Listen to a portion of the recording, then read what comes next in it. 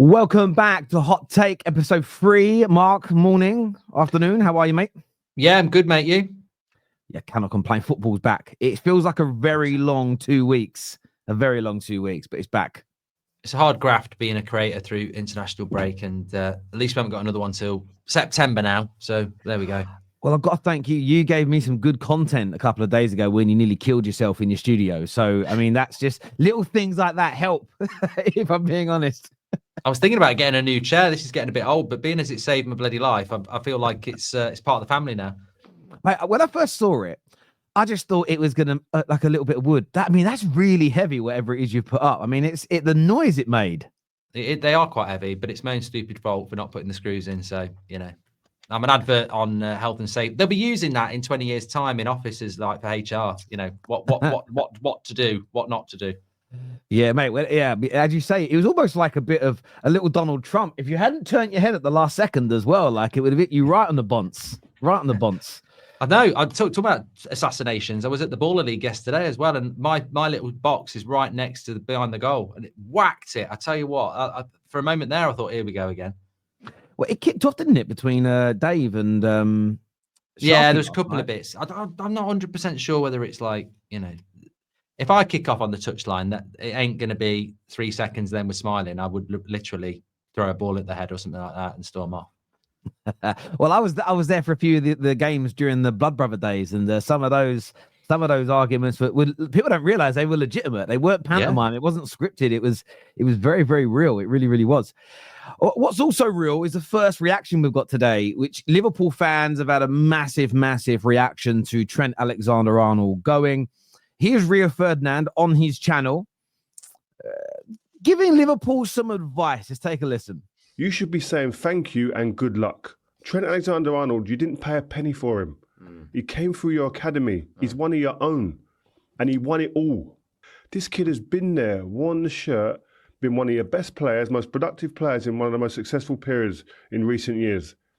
And because he's choosing to go and leave the club, not for a rival, not for a team in the Premier League, he's going to the biggest club right now in the world, which is Real Madrid. You should be saying, you know what, I'd love him to stay, but you know what, I can't.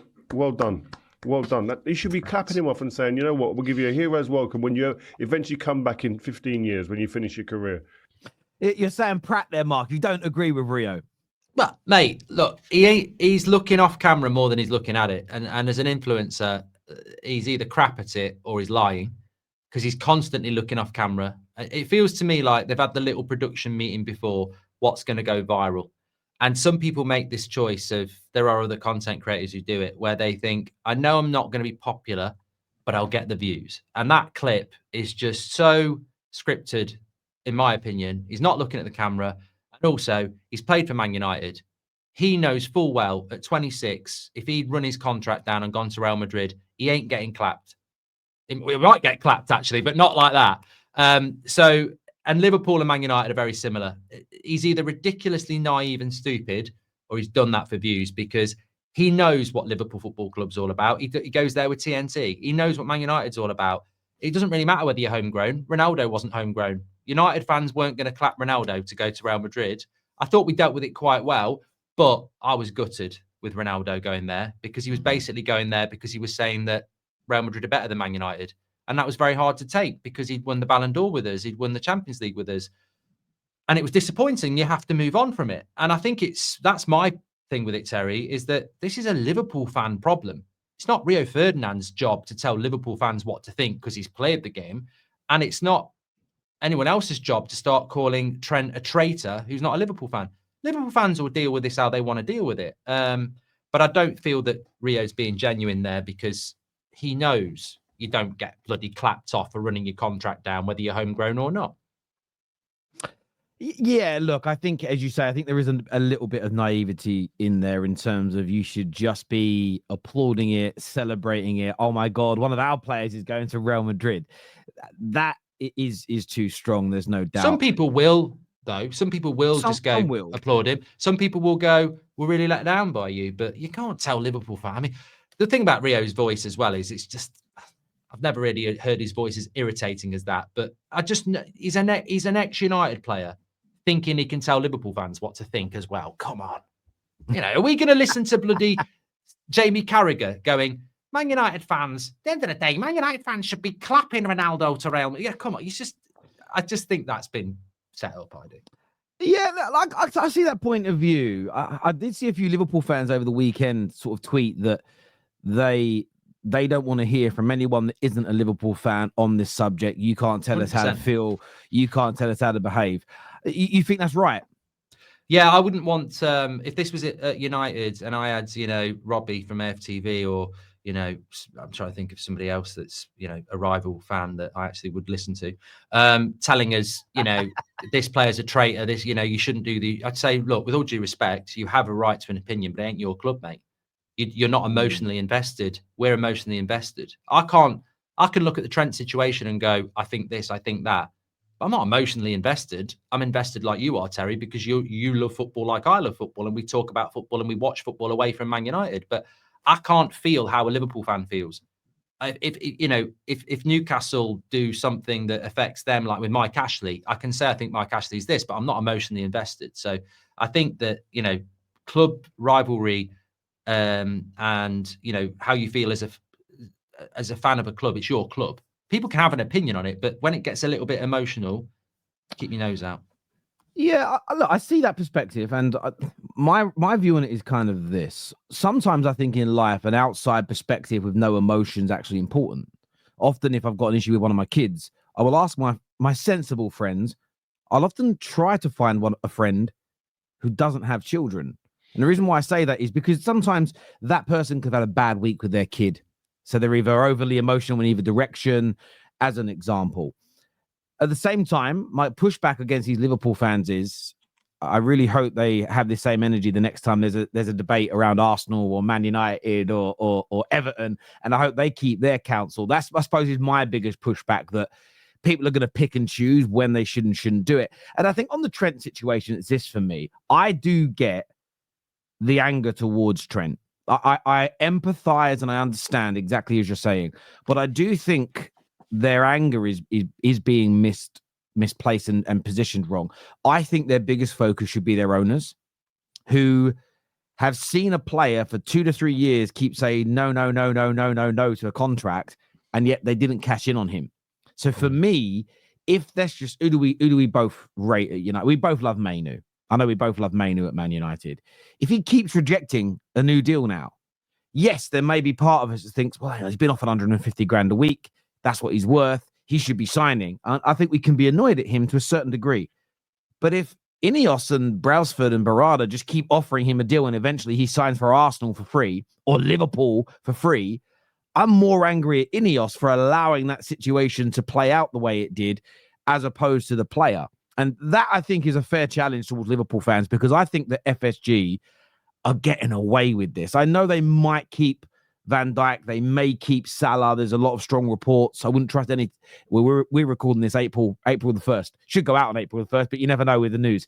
But you can't trust all the news today.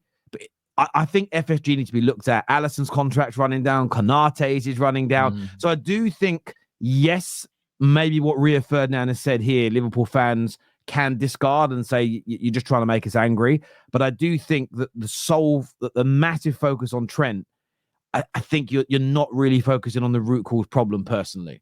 No, I agree. I think it's, and I'm not in any way, shape, or form saying nobody can have an opinion unless they're a Liverpool fan.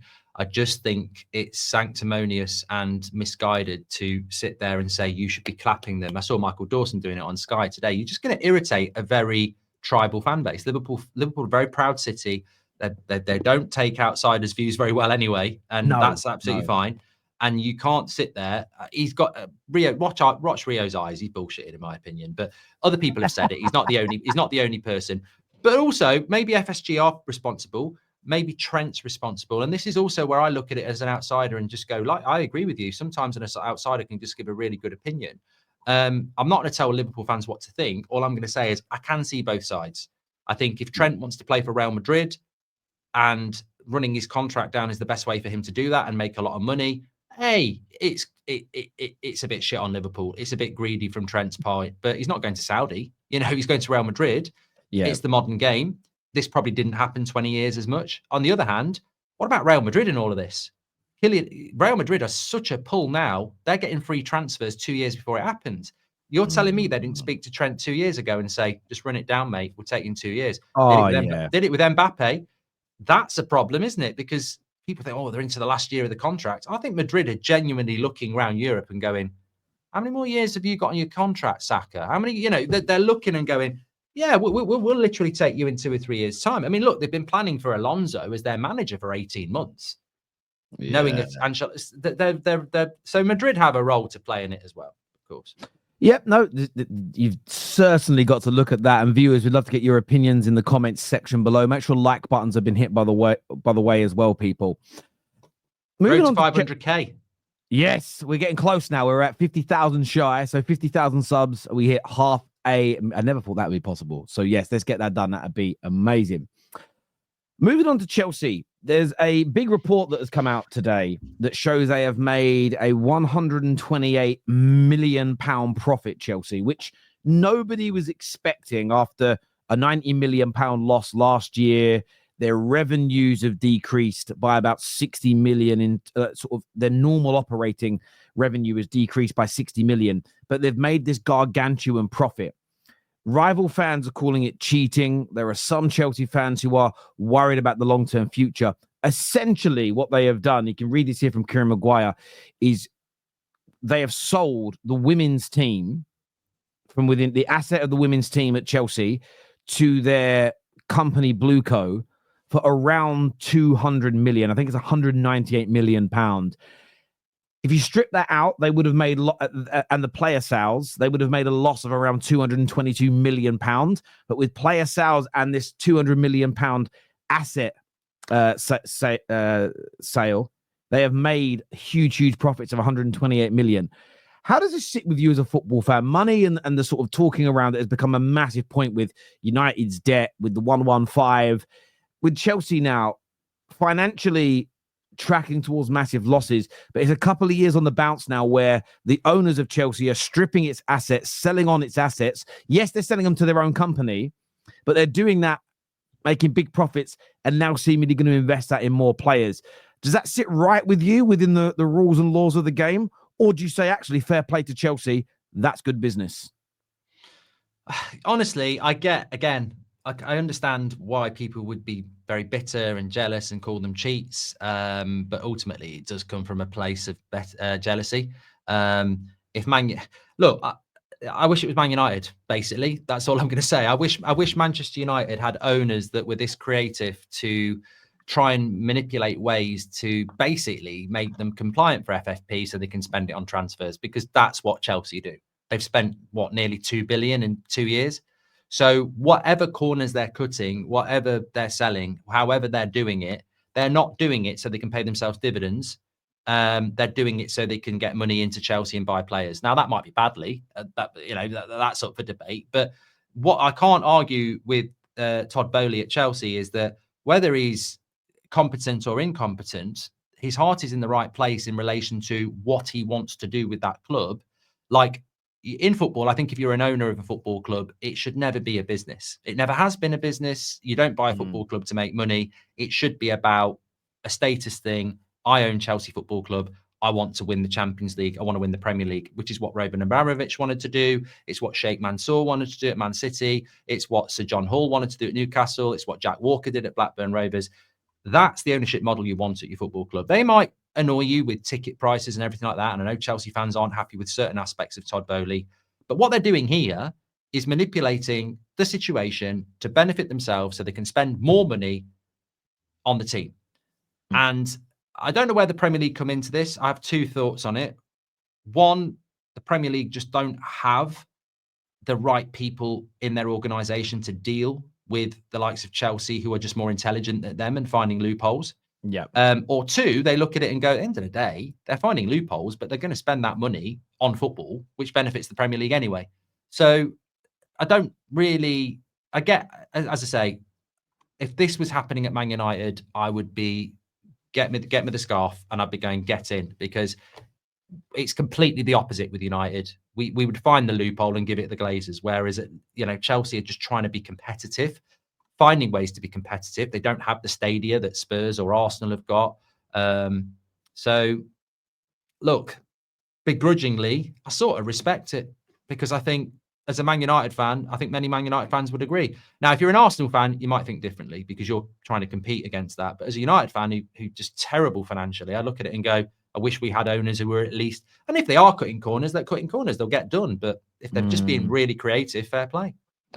Yeah, I was looking for a tweet while you were talking there, because I don't overly disagree. What I would be advocating for Chelsea fans to do is look closer at the finances and be putting pressure on the club to get back to being successful. And the reason I say that is I think in the short term, this is a solution to overspending and not quite getting it right in the first 3 years. Like the Barcelona leavers thing, isn't it? Yeah, very similar, absolutely. But they're looking for a way. They've made £128 million profit. That essentially means they have huge amounts of money available for transfers again, because we all know they can amortize that. That could be 300 plus million they could spend. Got 50 for being in the bloody Club World Cup as well. Yes, and they've got that revenue coming in, and they may still make the Champions League this year, which is another 80 million next year. So those three things combined, Chelsea can find themselves on an even keel and a very good space financially without having to sell more assets.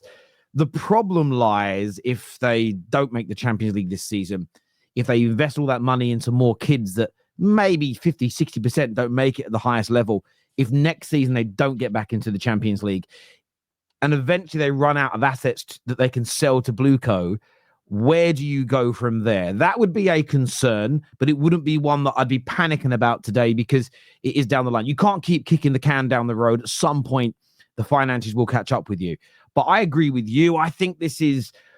I was looking at for this tweet and haven't been able to find it because I stupidly didn't bookmark it. But it basically said that the women's team generates around 11 million a year in revenue for Chelsea, and they've sold it for 200 million, which I think they worked out the multipliers around 18, something like that. And I'm looking at Man United thinking, well, ours generates, I read, around 14 million a year. So if they've applied a times 18 multiplier, and I'm looking at it thinking, well, let's do the same. That's where I look at it and, well, hang on a minute, we could sort out a bit of the debt here. Because if we looked at our debt as a club, I was looking at it now, and if you times 14 by 18, you're talking 250 million. I mean, if we could raise 250 million today for just repositioning where the women's team sits, like my hair transplants, my hair, I'm just repositioning it somewhere else. Yeah. If we did that and raised 250 million, one, that gives us money to invest in the summer. Two, you could pay 100 million, 150 million down off the debt, which reduces the interest that we have to pay each year, that leaves us in a different position. So my question is, to all the clubs in debt, what can your club do similar? I mean, we have land that we can sell.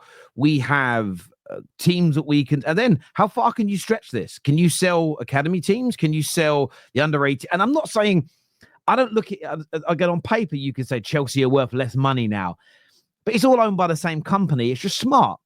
I used to work at my family work in the building trade, and I've all heard of Barratt Homes. But when you work for Barratt Homes doing jobs, you never work for the Barratt Homes. You might work for Barratt Homes Plumbing Limited. There's hundreds of these subsidiaries as an example that they use, and they do that for multiple reasons. Tax, they do it to spread their assets and to lower their liabilities. So I'm not against the club, my club, your club, anyone's club being sensible. What you just want to see is that they have a long-term plan so that they don't keep having to do these things. But I'm like you. I want Ineos to go and do this now. I want us to go and do it today. I want us today to go and raise that kind of money and sell it. But that means investment from, and we've got to view this as well, that means Ineos would have to pay for that. Are they willing to do it? Is another question. That was, as I was going to say, that there's a way around these rules if you want to do it. But Man United, I mean, Newcastle, Aston Villa, I'd be looking at them. Man United aren't going to do it because Manchester United, under the Glazers and Sir Jim Radcliffe, want to have a successful football club whilst making money. And that is a double negative. It won't work. You're pushing two magnets together on the wrong side. It's never going to work. There is no case of football clubs in history having success based on being profitable. It's football is at the end of the day, football's it's a dick measuring competition. It always has been. It's like, it literally is a status thing, and that's what Todd Bowley's doing. He is trying to get money into that club to compete with Arsenal, Liverpool, and Man City. He's not trying to get money into that club so he can get dividends to somebody or anyone like that. Yeah, I mean, look, there might be a longer term case of if they can raise the value and in 20 years, 10 years, 20 years time, sell it for double what they bought it for. For me, well, the value will go up. The same thing is the value goes up anyway.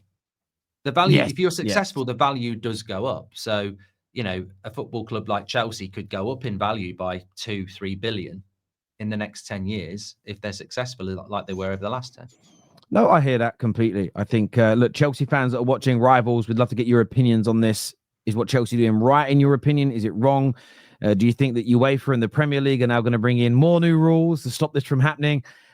Most likely, they will. They always seem to, once a loophole's been found, they look to shut it. But give us your opinions on that. Next, the Overlap released a video where Kieran Maguire was talking about the 115 charges. Let's take a little listen to this. Missions for both Everton and Forest said the way forward. It's no point fining a billionaire owner a few quid. So because there's no disincentive there to misbehave. So if you take a look at, if you read the Commission reports, and I wouldn't recommend, it's probably about as exciting as watching Brighton versus Forest at the weekend. If you read the Commission reports from cover to cover, they both say that these were minor breaches of the rules. And what Manchester City are being accused of is corporate fraud over the period of nearly a decade. So if guilty, you've got to add a 0 to the points deductions that we've seen for Forest and Everton. If not guilty, there's going to be a lot of trouble. Sorry, Jay, I was just going to say, they usually frame it as if both sides have won, haven't they? Somehow. Do you think that's likely to happen as well? And there's also there's a lawyer's fees to pay as well, isn't there? Yeah, if we take a look at the associated party transaction rule, which came out recently, where Manchester City effectively said the Premier League rules are unfair, that was a big victory for Manchester City. But the Premier League have tried to claim that they were the beneficiaries there. We will find out. Ultimately, there's going to be a penalty, and that penalty is going to be decided by the Commission. If it's in the form of points deductions, then it's got to be a victory for the Premier League. I think the one concern that people have is what happens if Manchester City are found innocent of the accusations of inflating money coming into the club and playing players off book, but they've been found guilty of not cooperating with the Premier League, in which case they'll get a fine because that's what UEFA did.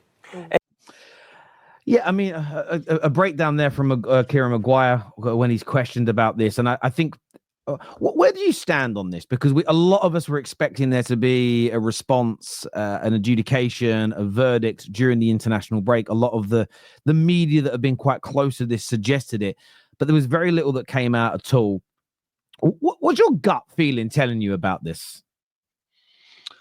I think it's really hard to say because there's so much. I'm surprised no one's done an April Fool's thing this morning, actually, but I think people are quite wise to that. I think it was interesting because he sat next to a Man City fan there, and that Man City fan sort of reminds me of somebody who's in the dock whilst the lawyer of the opposition are reading out all the things they've done, and they just don't know what to do with their hands or their face. Because that's very clear. That Man City fan next to him doesn't give off any vibe either way, and that's a Man City fan, and I sort of completely agree with that.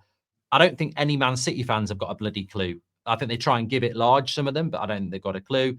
I think all I will say is what I've said before is whichever way this goes, it does change the landscape in football massively. If Man City get found guilty, that's a big club. Whatever points deduction they get, I think that's a separate conversation. I think some people will say they should be booted out of the league. I think some people will say they should have trophies taken away from them. But in the court of public opinion, they're guilty, and people will just not respect their last 15 years. They just won't respect anything about it. If they get found not guilty, then in the court of public opinion, I think people will go, but they clearly did do things that other clubs didn't do and can't do now. So there'll still be the accusations against Man City, but they'll have been cleared. And once they're cleared, they've already got good revenue. They're already in a strong position, so they'll just spend again, and I think they'll be at the back at the top of football for the next decade. So it's going to make a massive difference either way. Which way is it going to go? I don't trust the Premier League to have got it right. And I do think Man City will have thrown a lot of money at it legal-wise. So I genuinely think it could go either way. It should end with Man City getting some sort of punishment, because I think it's, from the outside looking in, it's not speculation. They've been charged with a lot of things. They're all detailed, and I've read them, and it looks like what many fans thought was happening was happening. They were inflating their sponsorship deals unfairly to get revenue in. And we've just spoken about Chelsea there, who are doing something there.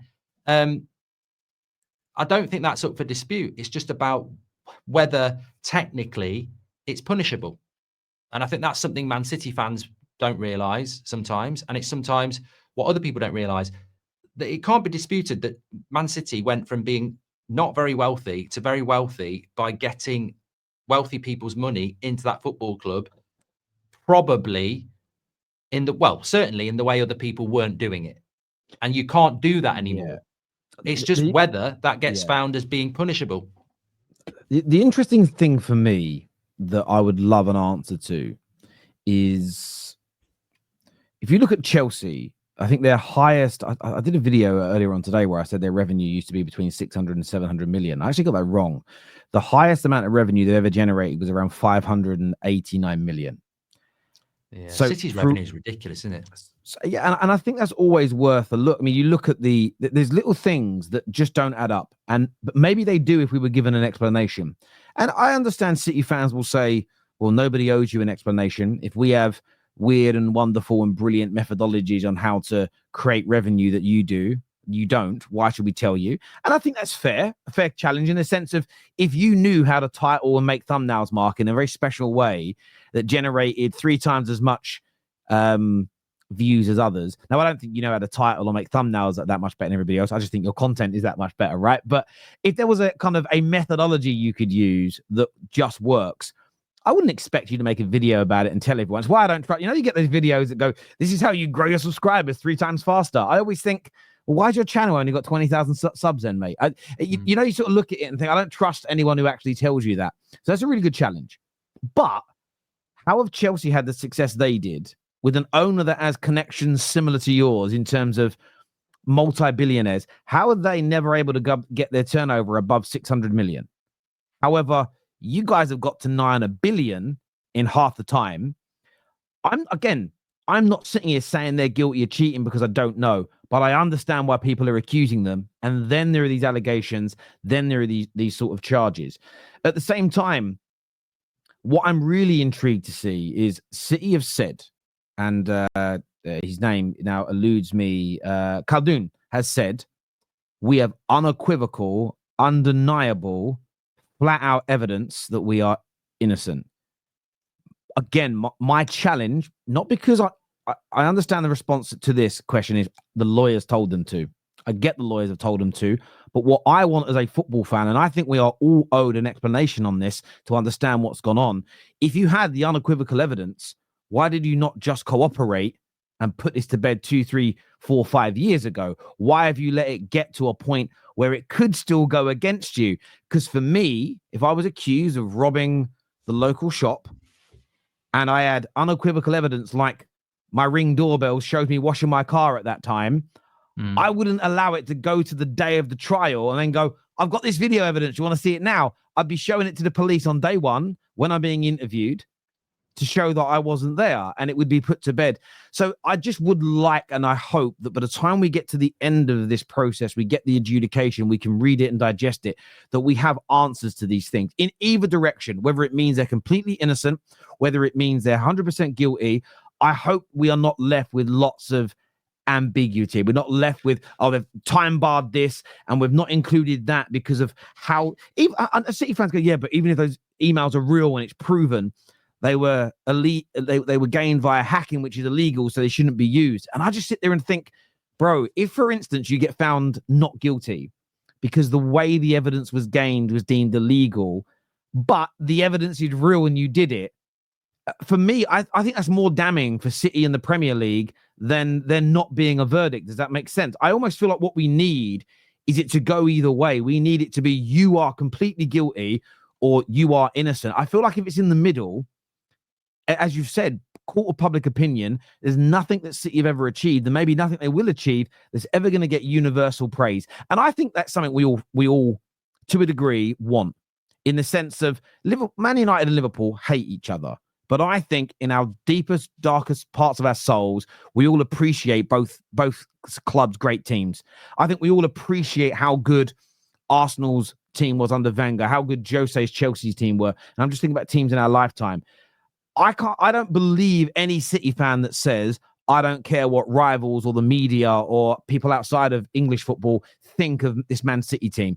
I believe that we all want our clubs to reach the pinnacle of the game and to be seen as greats. So yeah, it's an interest. The verdict's going to be so intriguing to me either way. I just hope we get a lot of answers to a lot of the questions that we all have as fans. Really, that's my desire. The outcome. It isn't. I'm not sort of desperate for City to be guilty. On a balance level, I'm not. I'd like them to be as a United fan, because there's an element of me going, you cheats. But on a real level, when I'm being sensible, it's not about me wanting them to be guilty or innocent for any other reason than I want the truth to come out. And I don't want there to be another year of debates and arguments. What did this mean? What did that mean? Why didn't they cooperate? Why did they do this? I just want it to be, this is what we found. This is the reasons why. They are guilty. They are innocent. Boom, we move on. I hope we get that. The problem is, as you said right at the start, and I'll end by saying this, I don't trust what the Premier League are doing at the moment. They've looked so stupid in other cases recently. I worry. I really do worry. I also think the intellect level of some people won't be high enough to understand that if you're found not guilty, it doesn't mean you didn't do something. You know, I think there is in anything. Like, you know, we've seen it with certain footballers. We've seen it with celebrities. Just because you get found not guilty or it doesn't go to court doesn't mean you didn't do it. And I think some people don't understand that. You are innocent in the eyes of the law, but it doesn't mean you didn't do it. And also, I think if Man City do get found not guilty, my understanding is they'll get found not guilty based upon the fact that, they did bring money in like other clubs didn't. But the Premier League rules weren't narrow enough about that. Yeah, which has already been proven with PSR, hasn't it? Yeah. Can I ask you a question based on your former profession? Have you ever seen a fraud case where the accused party has stated they have evidence they haven't committed the fraud, but refused to hand it over to the investigators? Is that normal practice for someone accused of fraud? Well, it goes against you. Not, yeah, you know, yeah. The judge, it will go against them. The judge will go, "Why have you handed it?" I mean, they would hand it in probably on the day of the trial, and then as a prosecutor, you would say, "I need time to go through this because it's not, it's not a picture. It's financial stuff. It needs financial investigation," and the judge would have to give that and hold it against the defense. But if they never produced it, the judge would say, well, I don't believe you have this information because you won't give the information. So it's a mitigating factor against you. But obviously this is not criminal. It's civil, isn't it? Yeah. So it's a little bit different. But look, if they're found not guilty, Man City will dominate football for the next decade. Yep, no doubt about that whatsoever. Viewers, give us their revenue is incredible, isn't it? I mean, I don't know how they earn 720 million. They don't have many fans, do they? So I don't know how they do it. But well, you saw the Newcastle celebrating, which again, the stick that's had is crazy. And I did look at it and think, just as an eyewitness account, and I'm looking at video footage on from the news, there was far more Newcastle fans there for the Carabao Cup than I saw for the treble. So and those little things are just, it's hard to understand. It is for a lot of people. Outside of Manchester, where are these Man City fans that get them more revenue than Man United and Liverpool? Because, all around the world, there's loads of Man United fans, there's loads of Liverpool fans, but Man City's shirt is quite distinctive as well. You see it in your car. You can see it down the street. It's light blue. It does stand out a lot. Where are they? There was a stat that came out the other day that shows that I think Liverpool and Man United, and I haven't looked at this for about 3 weeks, I think we generate nearly £90 million a year more in merchandise sale. So my question elsewhere then. Yeah, well, yeah, but even then, my question is, and again, I'm not saying they're cheating. I'm asking questions because I don't understand. And what I hate when I or anyone doesn't understand something in life is when you ask a question, when people sort of give you well, ain't for me to tell you, go and find out for yourself. Well, I want to learn. I want to be educated. I want to know from these sponsors why a club that sells half the amount of merchandise due to having a much lower fan base, why do you deem sponsoring their club to be more financially beneficial for you? Now, Man United, you can throw into the mix and go, they're not successful. 100%, I can take that feedback. But there's lots of other teams that have been successful, have been challenging, that are wildly successful in their own leagues, that have bigger fan bases globally.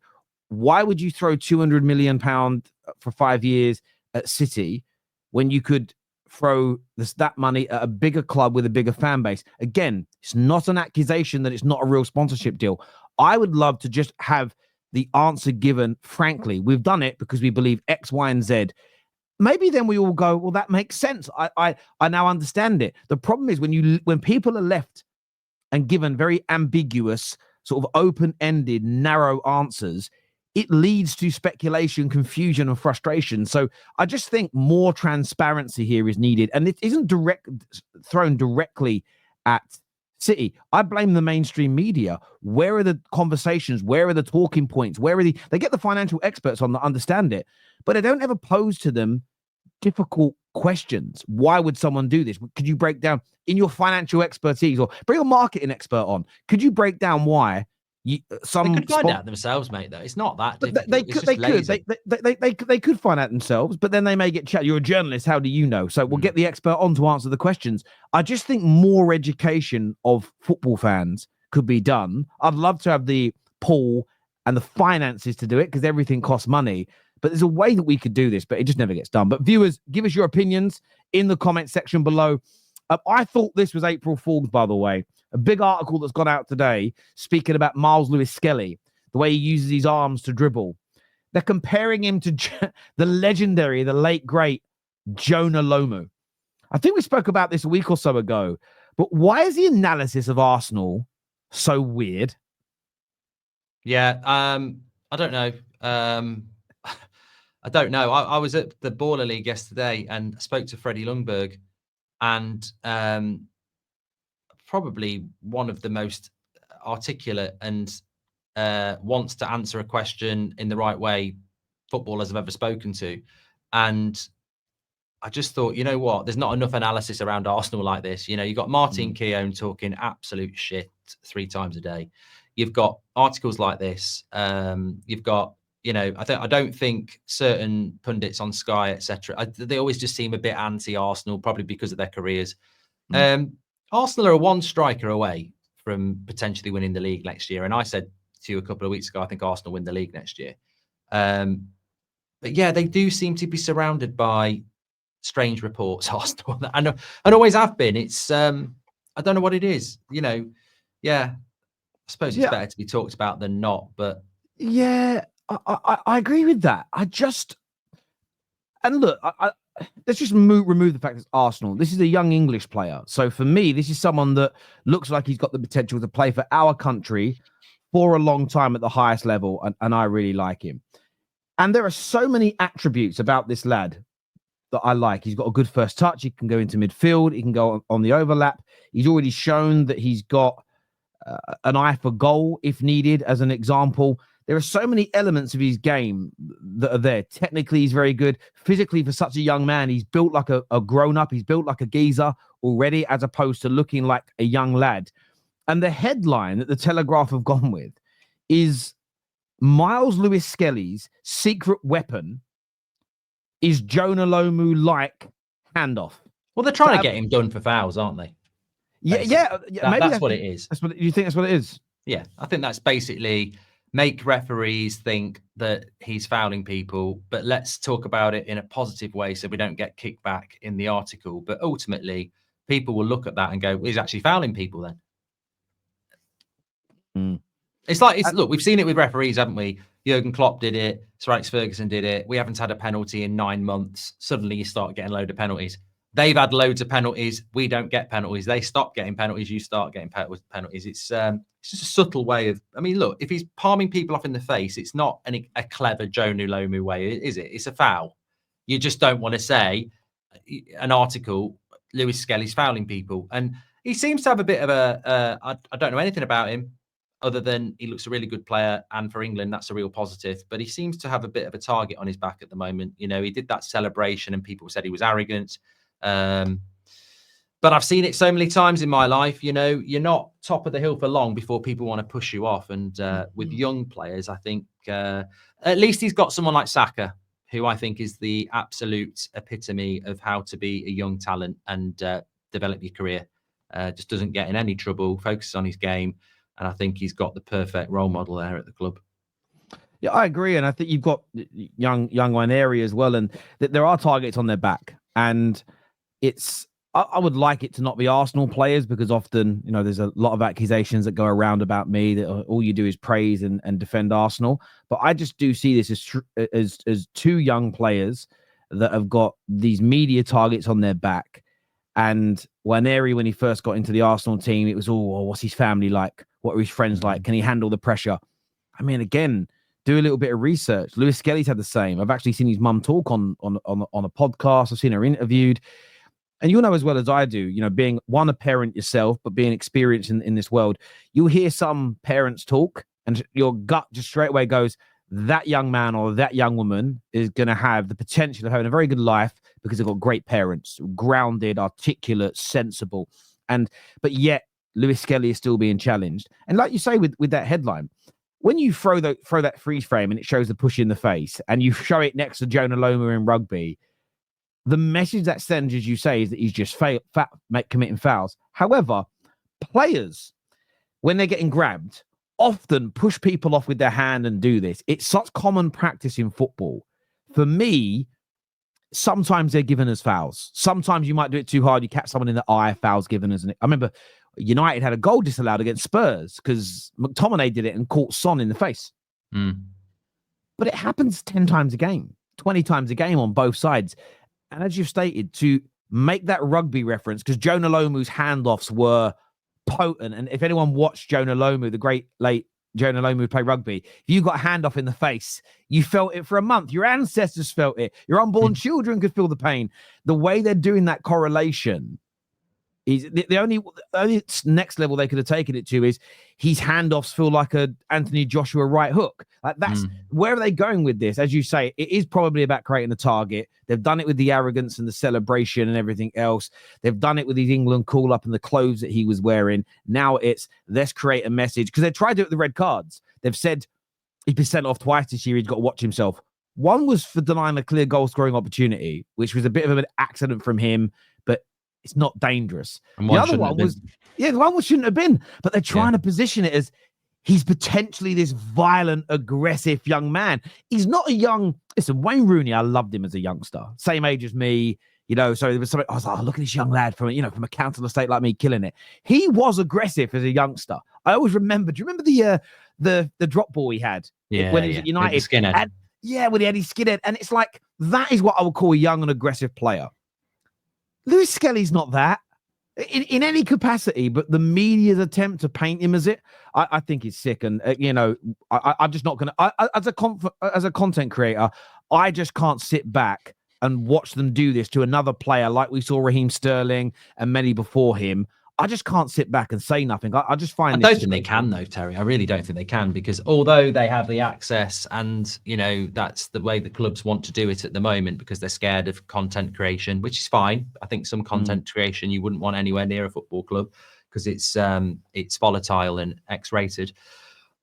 What they can't deal with is that these journalists don't have the audience or respect that they did 20 years ago. So you can write an article about Lewis-Skelly. Even the tens of thousands of people who watch this section will be more people than read that article. So yeah, this is very, very true. Very true. Listen, do me a big favor, people, and hit the like button. Please get this shared. Get yourself subscribing. Of course, if you're not, Have you been? Go and check out the United Stand, and that's football. Amazing, amazing platform, especially if you like a watch along. So go and check them out as well. Mark will be live. Well, he's live every day, loads like the rest of us, but he's there. Go check it out. Mark, always a pleasure to sit and speak football with you. Until next time, everybody, take care. Goodbye. God bless. And we'll see you all again soon.